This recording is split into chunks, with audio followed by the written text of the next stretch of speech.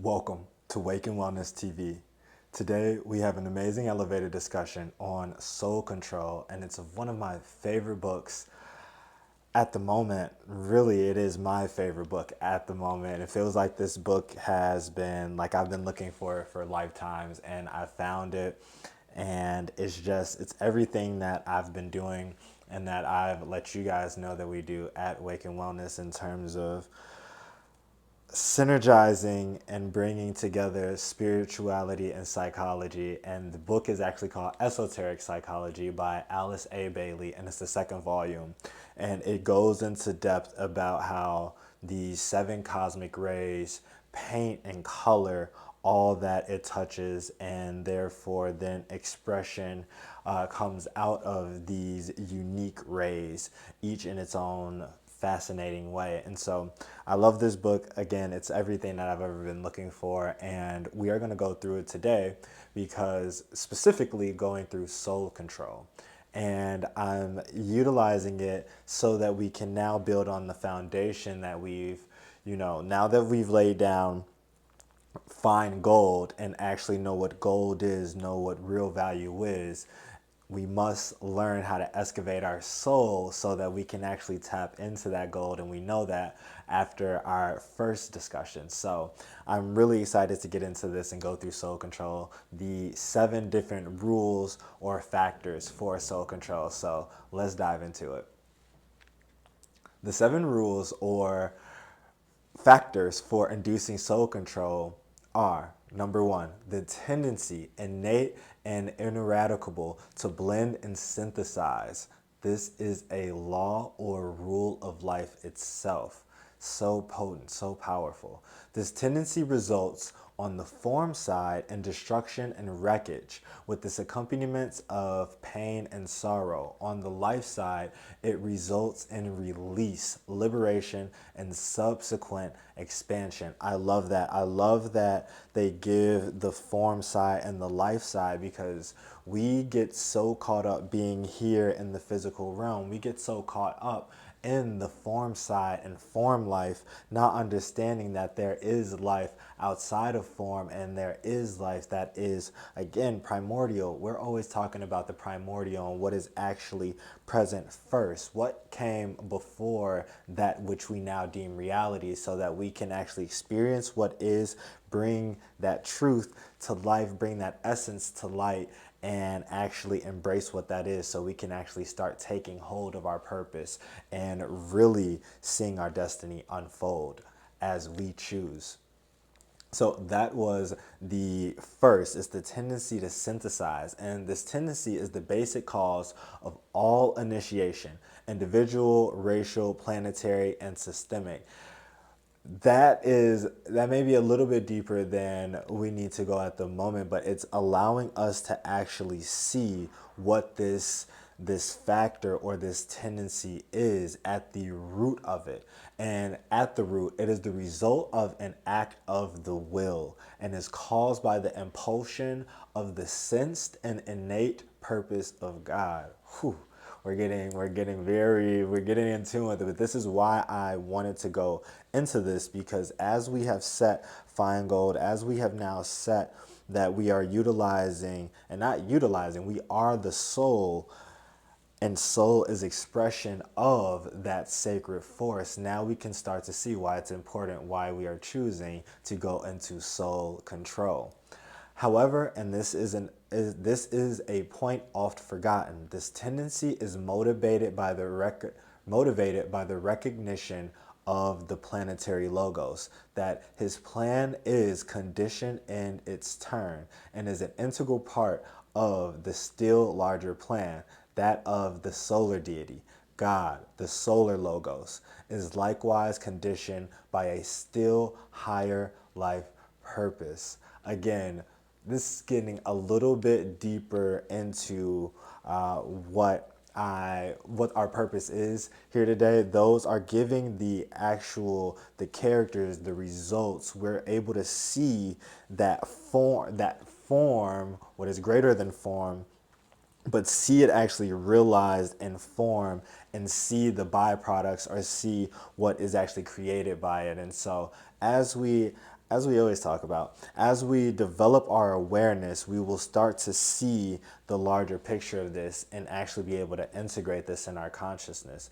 But it is most important that we take heed of the number one factor for inducing soul control is the tendency to synthesize, so that we start to understand what soul control actually looks like, what that is going to start to look like when it does take form, so we can actually see, again, on the form side, things are falling, breaking down, and we only see that as, oh my God, destruction and a negativity. Again, that's accompanied by pain and sorrow. But when we get in tune with what is, then we start to see on the life side what that really means is it starts to expand. We're liberated and we're free to now see what it is that we are truly here to create and how it is that we are planning to make our purpose known within the universe. Our intent actually starts to shine through that. Number two, or the second quality is of the hidden vision. This quality on the form side produces physical sight, aerial or astral illusion, and concrete knowledge. On the life side, it produces illumination. I've been talking about insight a lot and awareness, and how awareness gives us the ability to actually see that there is an inner world. And with the deeper amount of, or not amount, the deeper we go within that awareness and we elicit our understanding of self as awareness, then what we will really start to see is that the outer world is actually just a resonated version, or it's really a matrix of the internal, but that takes a little bit of time to see. It reminds me of when you look in the flower of life. And when you look, you will start to see that the matrix or the cube is within, and then there's an inner matrix within that matrix. And when you start to understand the sacred heart and how it is to live within the heart and go within the sacred space within the heart, we start to understand what this really means, and that creation really does come from within. So that's so beautiful, again, because on the life side, what the hidden sight and hidden vision starts to or what it produces is illumination, and we will start to see the light that is within that gives way to all else. This includes the widespread illumination reflected by our planet in the heavens, as well as that which makes an individual man a light bearer, and which will eventually enable humanity as a whole to constitute a station of light upon earth. I've mentioned this before as part of the plan for us to actually become a beacon for us within the galaxy, and to think about what that actually means to come to a vibration that can harness that kind of awareness and harness that kind of light, to then let it be known within the galaxy that that is what we are, to signal that those that are of the same frequency are meant to come and meant to experience such a really a heavenly and divine vibration, is something beautiful to even start to conceptualize, honestly. This quality is the basic cause of all sensory perception and is the instinctual or the instinctive urge to consciousness itself. I love that when you start to really put these things together. And when I say that, when you really start to meditate on them, when you really start to sit within self and you start to see, like, how does that make sense? Or you ask, not just accepting 1 + 1 = 2, but asking, how does that make sense? This quality is the basic cause of all sensory perception. That's amazing when you start to think about, we're talking about insight. We're talking about something that is what many people may not even see as an actual sense. But when you start to understand how it's all connected, which is why one of our first talks, we actually talked about telepathic communication, understanding the primordialness of telepathic communication and the importance of it, to understand that that is how we are being communicated to by source, through us, source is working. All is pervaded by source, as source, and understanding that really consciousness is experiencing itself.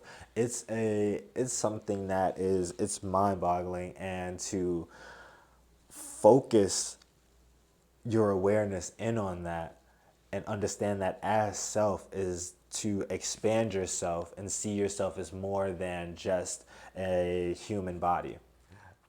In all its many phases, with this quality, the hierarchy has to work, intensifying it and giving it its magnetic power.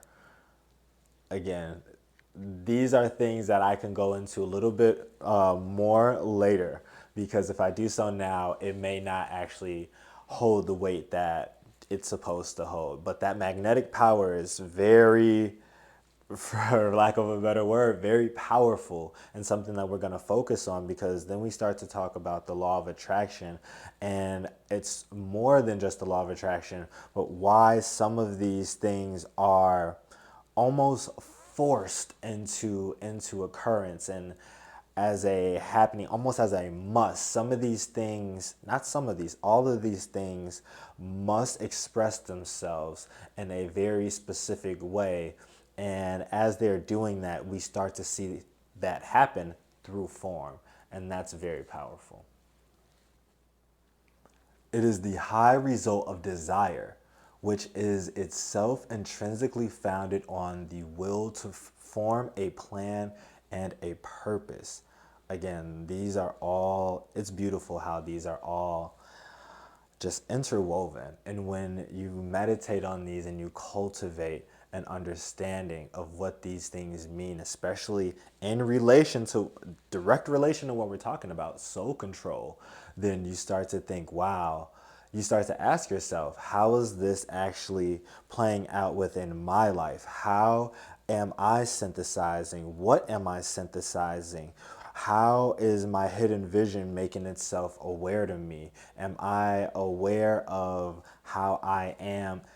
You know, it's beautiful, because it will make you question whether or not you are consciously forming your plan to serve the purpose which the higher plan has already sought out for you to do.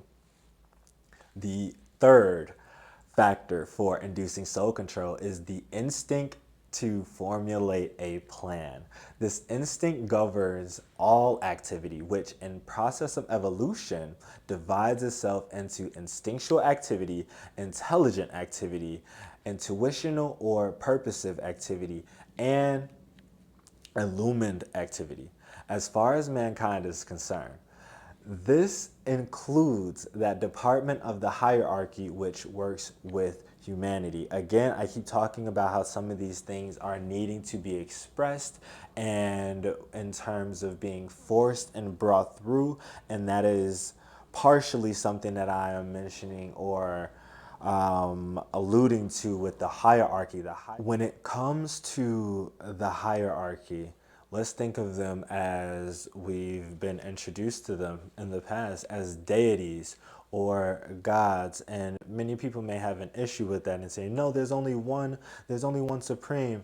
No one is denying that and saying that there are more of the Almighty. What is really being stated, and really, if we want to think of angels or this hierarchy, without personifying it, these are somewhat of absolutes and expressions like beauty, like wisdom, like justice, truth. These things, or I don't want to say these things are concepts, but these aspects which have which has an essence and which are within themselves. Again, they are an absolute. These things must and are being pushed through by / as the hierarchy. That's maybe the best way that I can put it into words currently with as far as we've gone through. But beauty will manifest itself. I just was watching Gaiam yesterday and learning about wisdom and Sophia, knowing that Sophia was called wisdom and understanding that she will, or wisdom will be expressed also knowing that Sophia, Athena, Isis, Ma'at, all, again, understanding that language can be a barrier or can be a bridge. Understanding that the wisdom will through or see through that it is seen and it is understood and it is felt. They were talking about the golden mean and talking about how that ratio goes through everything and it delivers, or it is that beauty. And Sophia being wisdom, understanding that that fractal is within all that we know and we see. And so understanding that, again, that is a hierarchy, or that is part of the hierarchy, or the deities or the absolutes that will make sure that they will be expressed. They must be expressed as they are. That is all that they are. And so when we can start to open our minds and start to see it in these different ways, then you can start to understand, oh the God of beauty, or beauty in itself, understanding that and why it's being given it's what is the term that I'm looking for? It's honorable mention as, or personification of deity. It's beautiful. It's beautiful in itself. Understanding that justice, truth, all of these aspects, all of these that are deemed the hierarchy, are what are expressing themselves through. And that's what we really mean if, again, I can give you something in words to make sense of this. The higher phases of plant activity are many and diverse, and are all synthesized under the third ray activity, at present focused in the seventh ray. We'll go through that later when I'm going to go back and start us at the beginning of the book, but I'm starting with soul control specifically to connect this to the gold, or fine gold, reevaluation of value paper that really is my thesis in the beginning of my journey. And so that we can build upon that, I'm now giving us some bricks to put upon that thesis so that we can really go to the top of the pyramid, which will be hacked. And then from there, we're going to actually do some other things and real integration we're going to start getting into. So more of workshops as opposed to exploring text and things that are very helpful of changing or reprogramming the mind. Viewed from the form side, this faculty of planning leads to separative and selfish activity. It's so easy to see all these things. Again, you can see how, oh, I got my own plans. I want to do this. I want to do that. It's egoic. Form side is a very egoic type of expression because it's me. What do I want to do? And then that's expressed out in form. But life side takes into account the awareness of all because it understands itself as all. I earlier did a video on waking wellness about the distinguished soul versus the separated soul, and understanding that so many want to be separated as if that's better, but the distinguished soul understands that it is all other souls back into the great spirit, and because of this it understands its uniqueness and it understands its place and its role within the universe, and it honors all other roles. And therefore, in that honoring, it does not say I am not like you. It says we are one. It says namaste. And when it does that, it gives those other souls a glimpse into what soul can be, a honoring of the oversoul, of the great soul, of the one, the cosmic soul. And when that happens, we start to see lights really shimmer across the whole consciousness grid. And that's something else. But again, that's that's part of the more grand plan on the life side versus being stuck in the egoic and being on the form side. And again, saying, well, my plans seem better than what anybody else has planned out, including Source, God. Viewed from the life side, it leads to a blended cooperation which swings each unit of energy in every form in its subjective and unified aspects into the task of unification. Again, understanding itself as self, understanding itself as one, as unity. Not anything separate, not I'm a whole bunch of different parts into one. I am one, and all of these are aspects of, and really just reflections of. That's all it really is.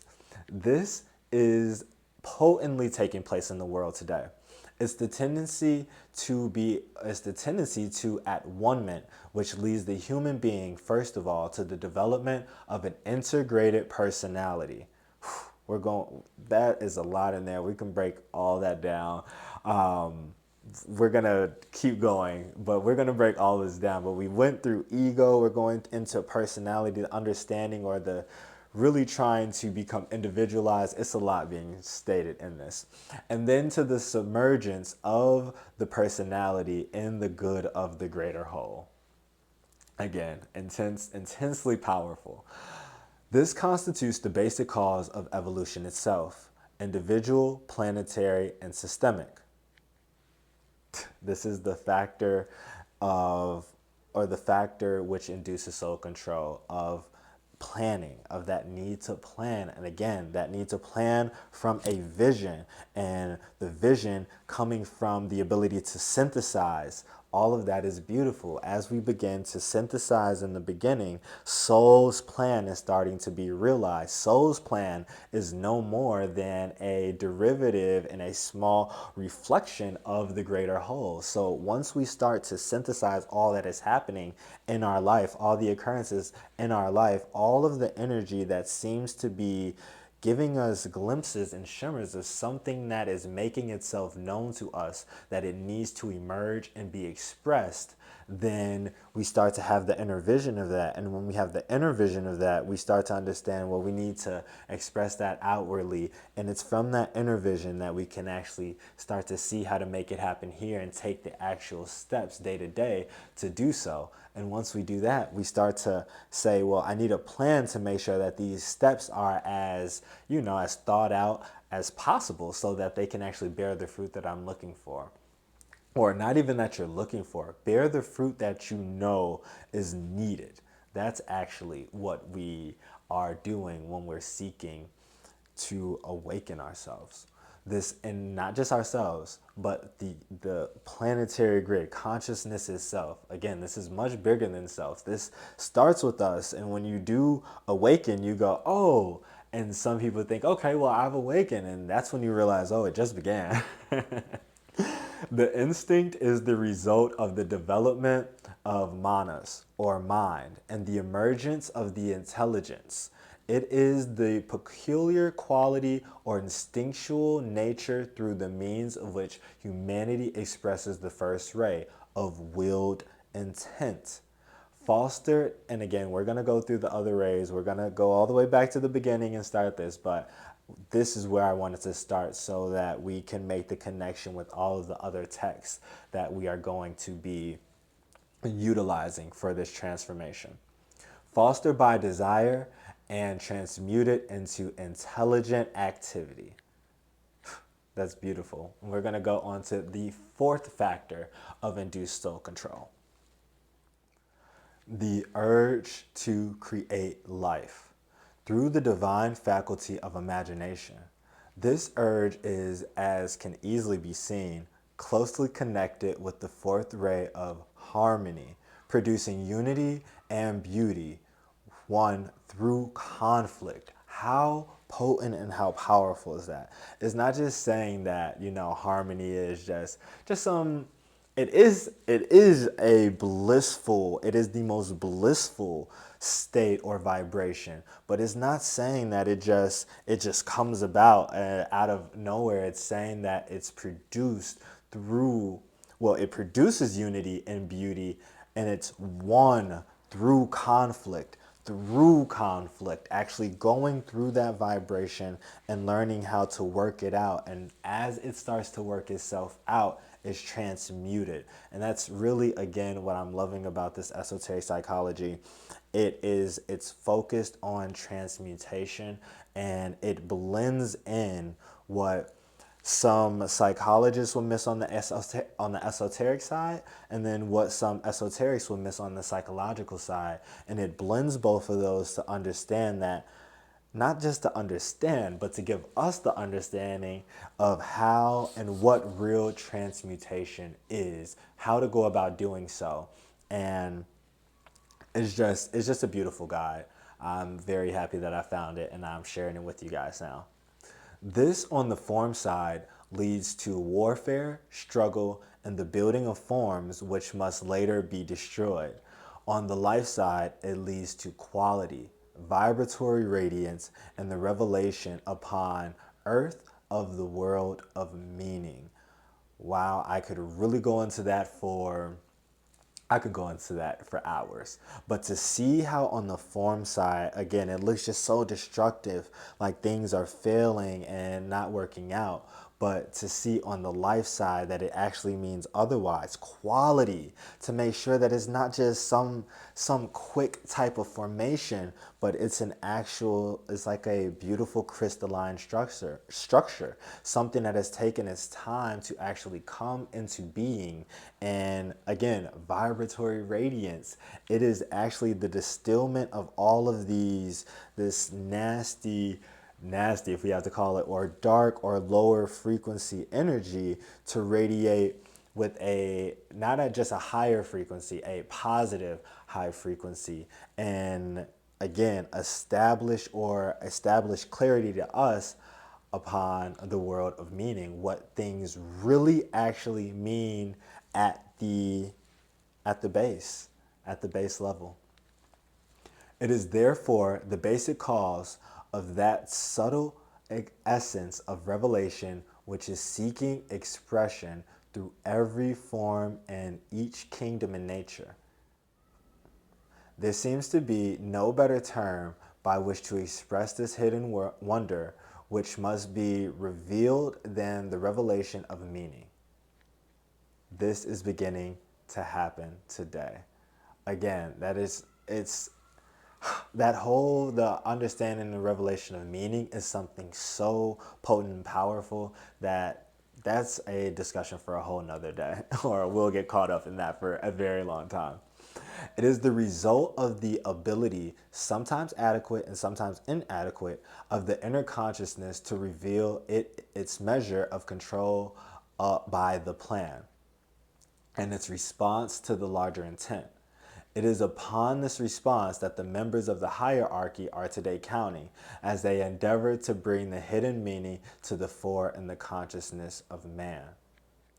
Again, this is beautiful after the mentioning of the hierarchy and that little sidebar that we went into about deity and that really being absolutes or aspects of life that are meant to and will, no matter what, express themselves. And those things giving the quality or giving, yes, the quality to what we start to know as form is so potent because, again, this is the influence of soul control, which takes into account of creative life. And so to think about how all these things are happening again from the beginning of synthesis is amazing, and how it's happening on the micro and the macrocosm really, again, as above so below, and they're doing so simultaneously. We may think that, oh, I'm just coming up with a plan and going out about this, sometimes not really realizing, no, you just opened yourself up to see how to actually be a part of the plan that you really are now accepting is for you. It's amazing to think how this is actually happening all of the time, everywhere, not just on this planet, not just on another planet, not just but or this galaxy. It's all. It's happening as consciousness, and when we can start to open our mind to what that really means, it starts to put a real shift and transformation on what we are doing here, what our lives can be, and what the meaning is behind all of this. The fifth rule or factor for inducing soul control is the factor of analysis.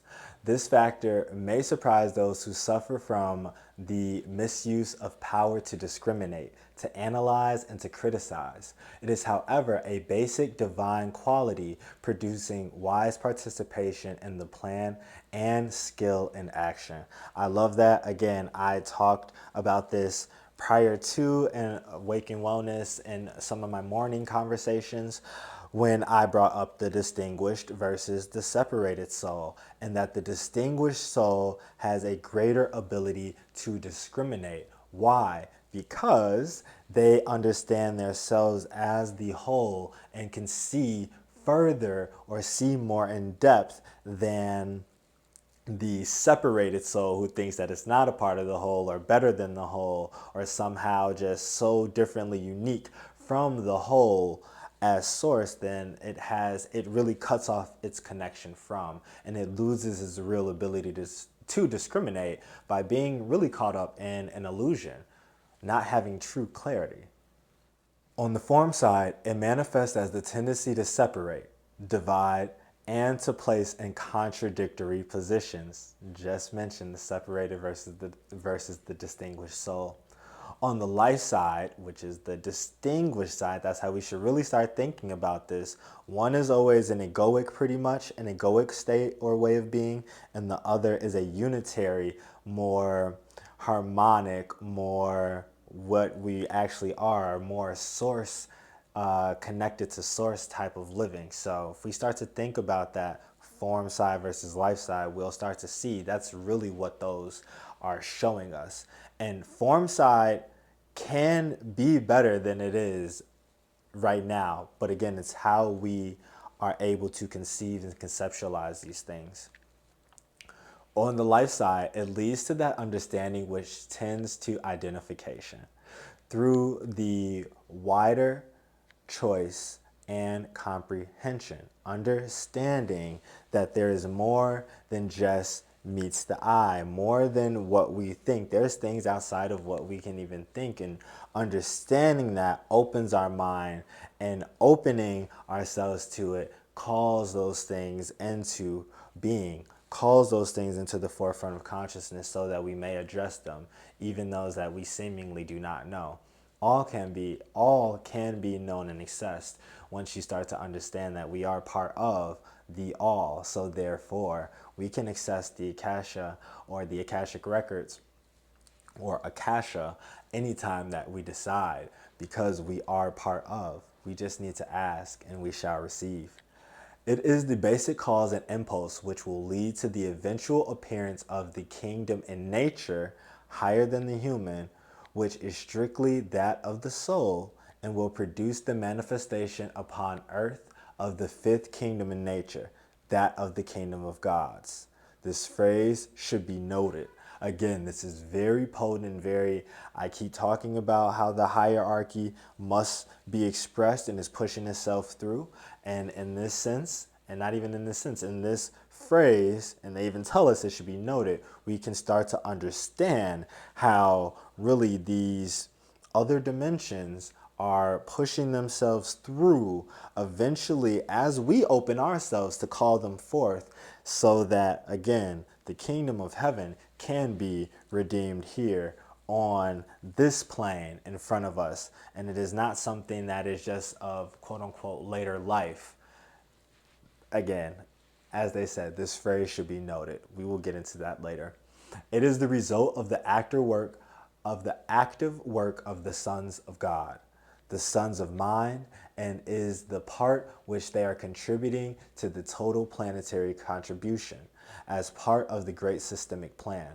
The hierarchy itself is the outer and inner manifestations of the sacrifice of the divine Manasuputras, as they are called in the secret doctrines, and its members respond to their sensed vision of the plan for the whole. The hierarchy is essentially the germ or nucleus of the fifth kingdom in nature. They said it better than I could, trying to express the whole deities and forms and all that, but that was a great way for us to understand. If you can understand that beauty, justice, wisdom, these deities that we personify and give them, personify so that we can understand them a bit more, are ushering through.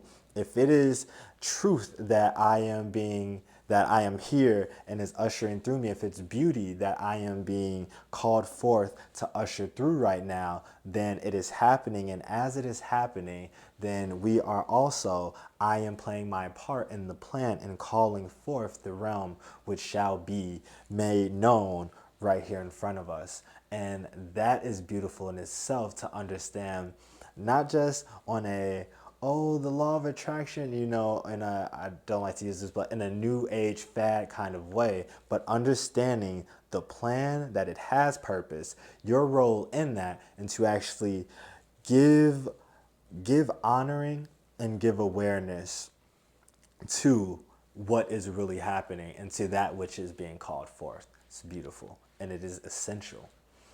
It's imminent. It's imminent, and it is going to happen no matter what. No matter what what we think, it is going to make itself be expressed, and that's what the hierarchy is making sure of.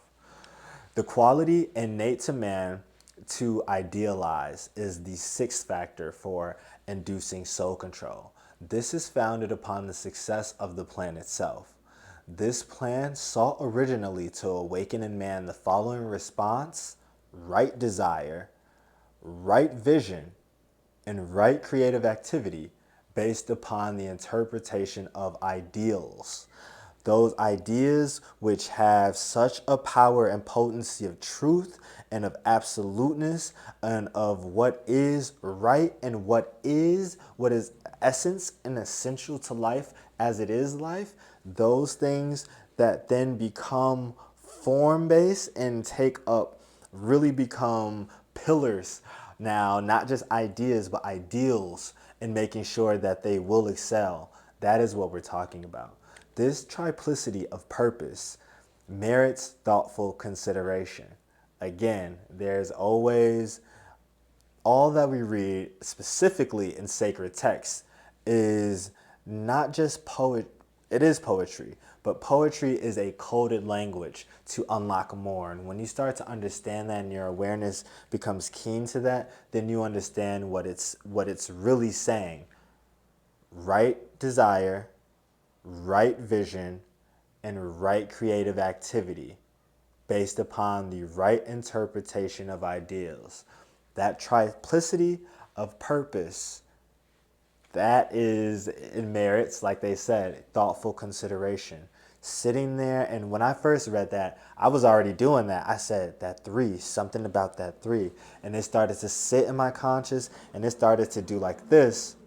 And as it kept running, I said, there's something potent in that. There's something there. And then I read, this triplicity of purpose merits thoughtful consideration. And I knew that that was something that would later needed to be meditated upon and studied.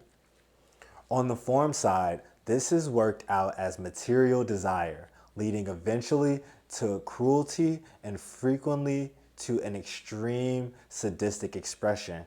Again, it does not take a genius, or it just takes an open mind to read what's being said to you and then go, wow, I can see that in the world already. I can see people going, no, this is all mine, or blowing up when something is not going their way, and understanding that's form side, material desire, and seeing how those two are inextricably connected. Material desire and people feeling mine, that's egoic expression. Again, I keep painting this dichotomy of the way that we can be, and seeing that is essential.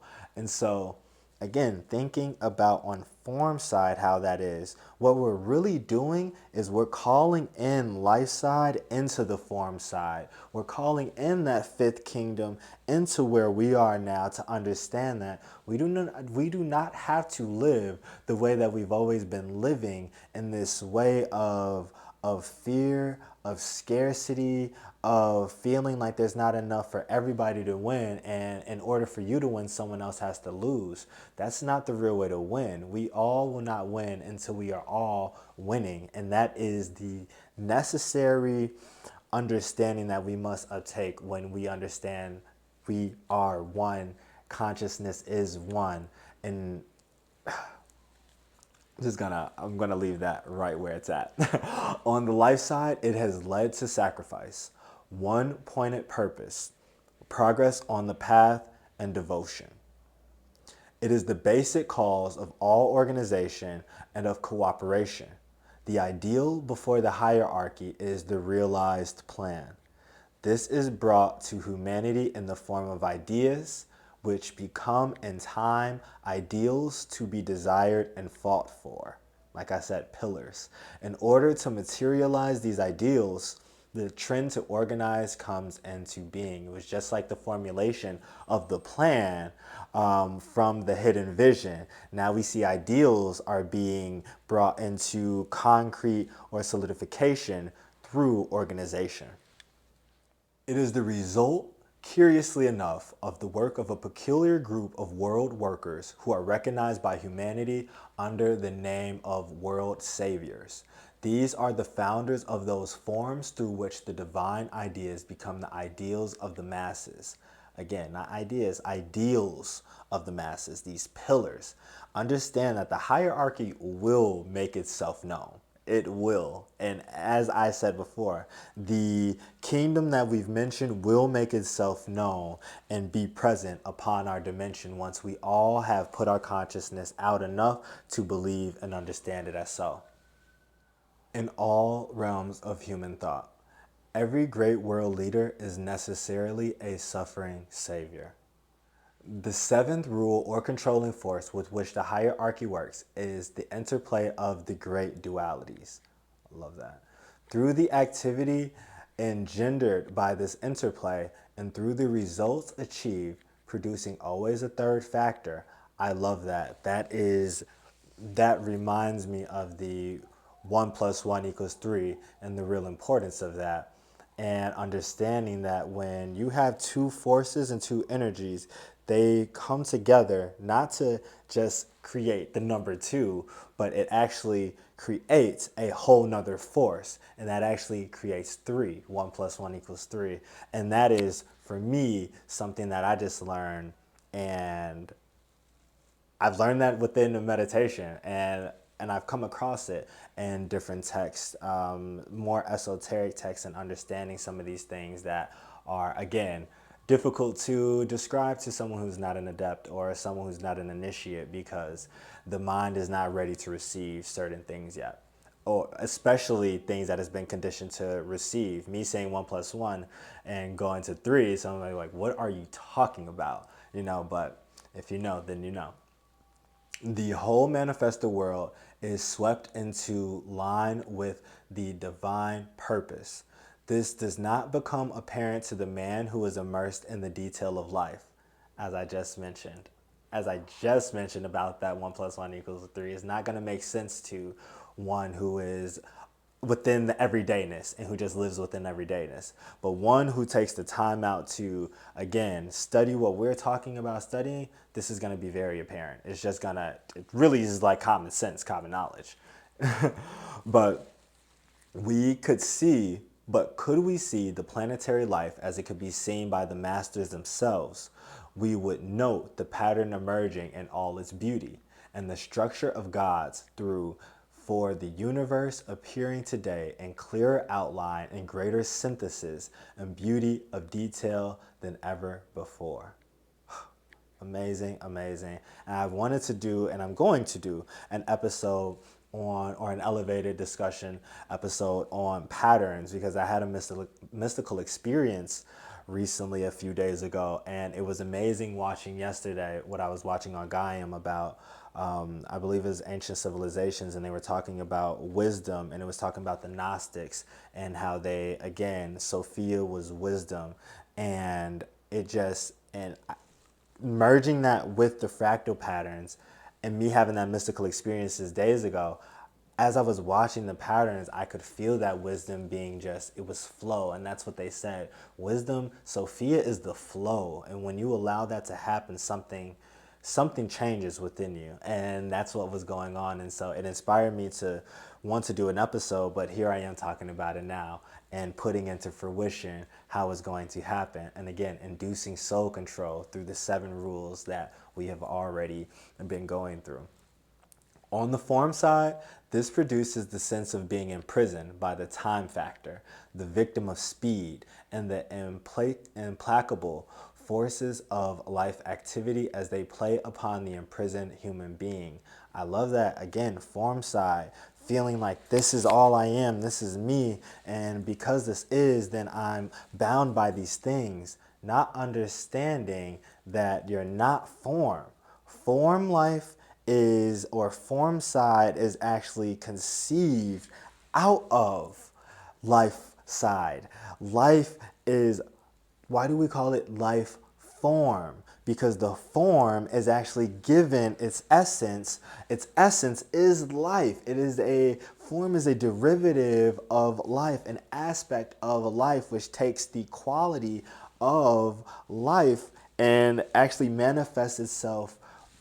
That quality is the manifestation of life and how it sees itself fit for being. And that is, we're going to leave that right there. And we're going to go into that later. I just had that. We're going to go into that later. On the life side, it results in rhythmic living and conscious adaptation of energy to the immediate purpose and goal. It is necessarily the basic cause of the appearance and the disappearance of forms. And that's a bit what I was just hitting on. So, human and humanly constructed. It is the result of at-one-ments wrought out on the physical plane, thus producing the lower unifications, just as the at-one-ments wrought out hitherto in the human consciousness have produced unification with the soul. The higher at-one-ments hitherto affected on the plane of mind have to be expressed eventually on the plane of physical life. This is exactly what I was alluding to. In the preceding introductory outline, we have considered very briefly the rules which can induce on Earth that soul control, which is the immediate goal of the evolutionary process. This is the reason why I chose to come to soul control, because if we're starting off with fine gold, with understanding there is a miraculous, there's a boundless, there's an infinite, also known as source, also known as God, known by many names by different people, religions, and schools of thought. And if there's a way to access this, then it must be the refinement of self to see what really is, and not being covered up by the illusion or by Maya, the great game. And if that is true, then how do we build ourselves to and grow ourselves, become more aware of self as awareness? How do we do this? That's why we are here at Soul Control. And then we're going to get into being in time and understanding relationship and understanding what kind of essence or being even has a soul, or is it. We're going to get into all the reason behind all this and its connection to source. We have seen that we are considering no simple exercises or discipline, nor are we dealing with the development of those required characteristics which precede the stage of recognical initiation. We are, in reality, concerned with those basic trends and those innate tendencies in the divine expression which will ultimately bring about the manifestation of the Oversoul upon our planet. We have seen also that these governing tendencies are already beginning to be expressed and realized, and that the fourth kingdom in nature, the human, occupies a unique position in this development, in the downward and the upward flow of divine life, as it expresses itself through the involuntary and evolutionary urges. Humanity constitutes one of the fundamental original centers of force, which can and will form an outpost of the divine consciousness, an expression of the divine psyche, manifesting eventually those three outstanding psychological characteristics of divinity: light, energy, and magnetism. In the human being, the microcosm reflection of the macrocosm. These qualities are expressed by the words illumination or wisdom, intelligent activity, and attractiveness or love. It is well to ponder on this attempt to simplify the divine potencies into words and thus to indicate how they may express themselves in and through a human vehicle. We can now enlarge somewhat upon the previous statements so as to give a clear idea upon two matters. We can now enlarge somewhat upon the previous statements so as to give a clearer idea upon two matters. One, the relationship of these divine qualities as they can be apprehended and developed in man. Two, the future responsibility of an enlightened humanity as it passes on into the new age. We shall thus lay the foundation for the teaching to be given later in this treatise.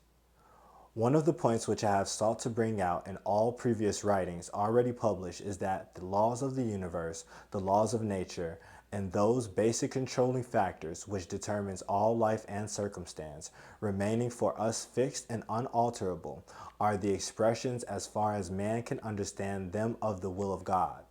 The rules or living factors which we are now considering and which when understood and obeyed, will induce soul control in the individual and in the universe are the expression of the quality or nature of God. They will ultimately lead to the full expression of the divine psyche.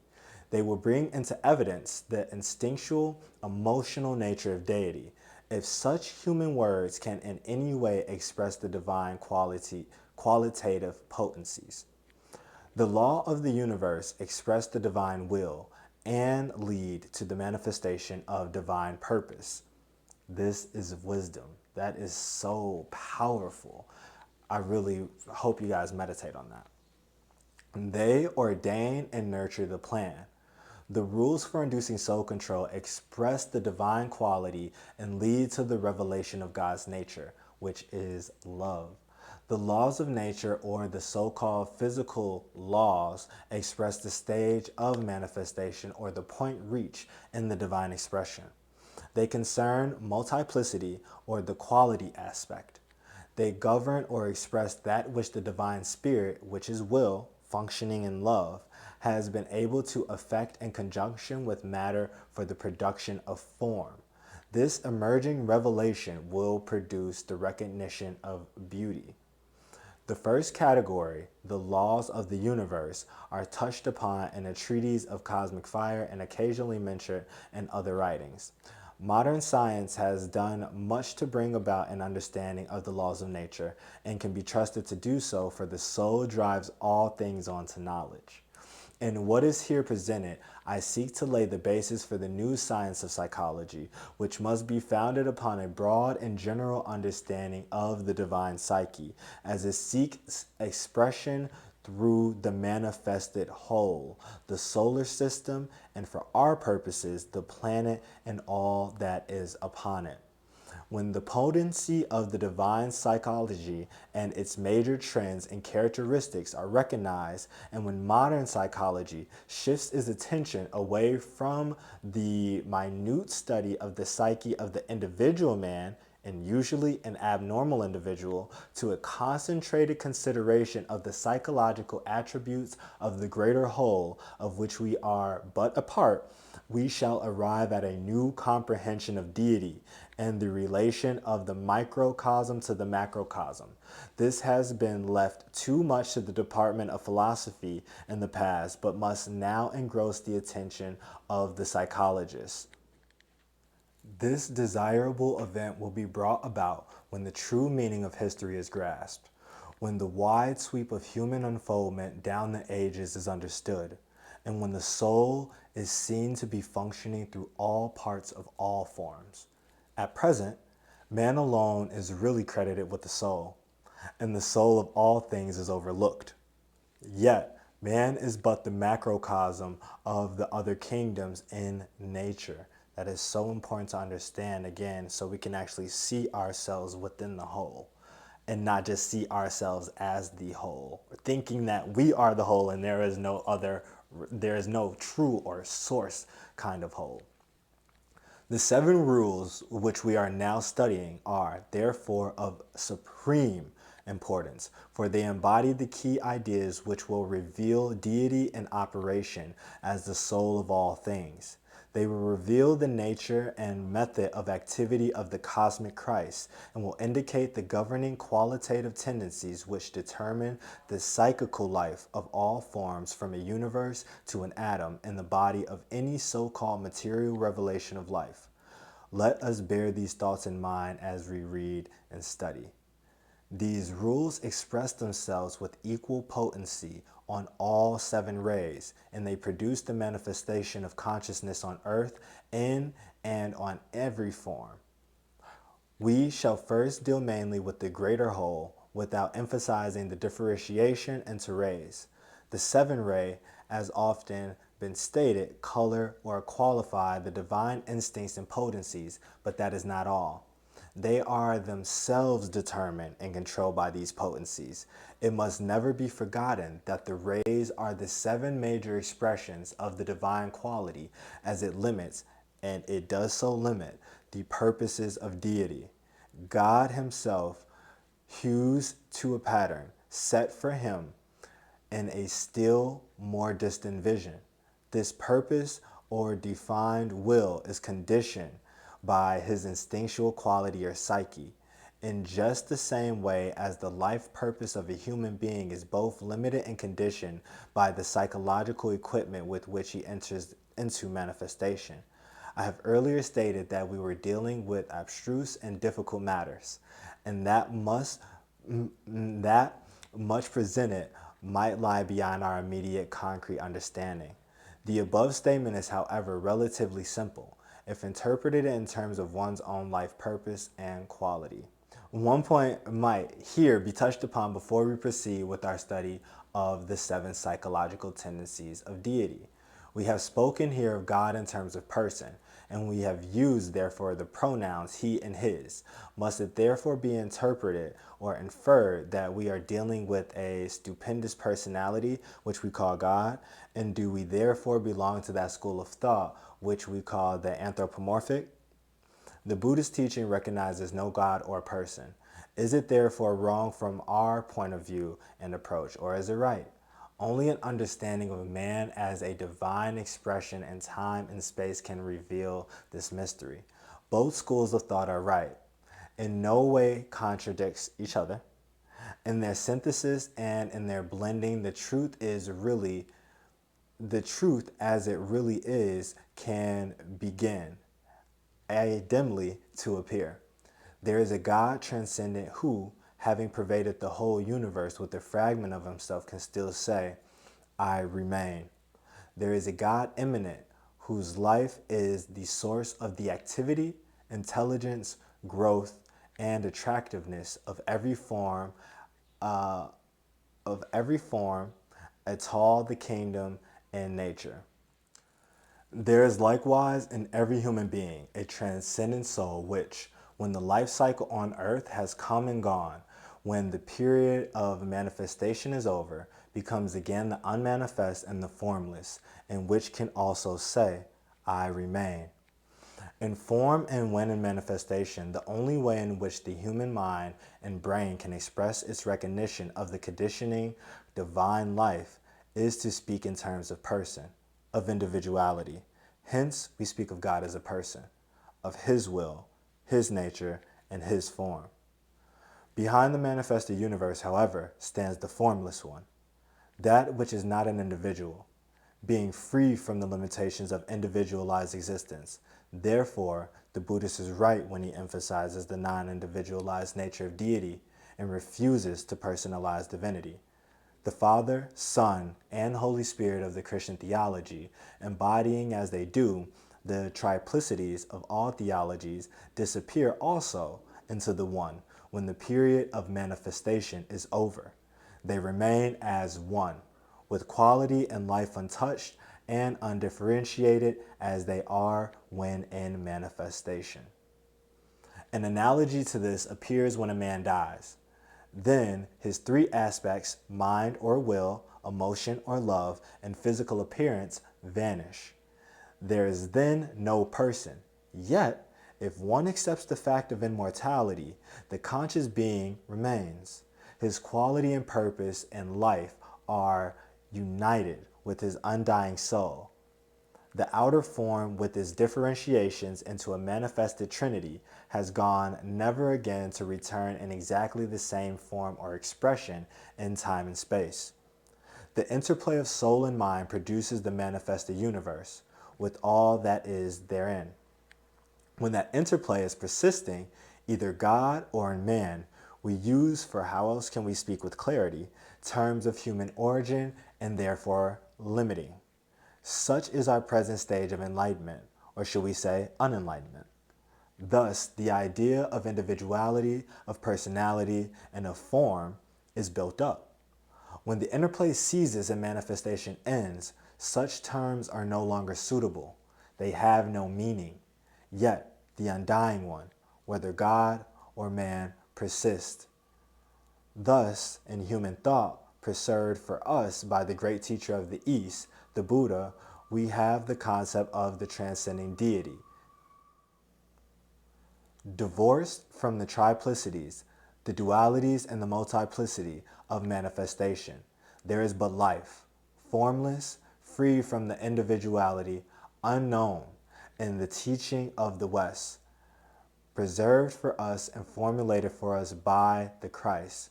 The concept of God immanent is preserved. God in us and in all forms, in the synthesis of the Eastern and the Western teachings, and in the merging of these two great schools of thought, something of the superlative whole can be sensed. Sense merely, not known.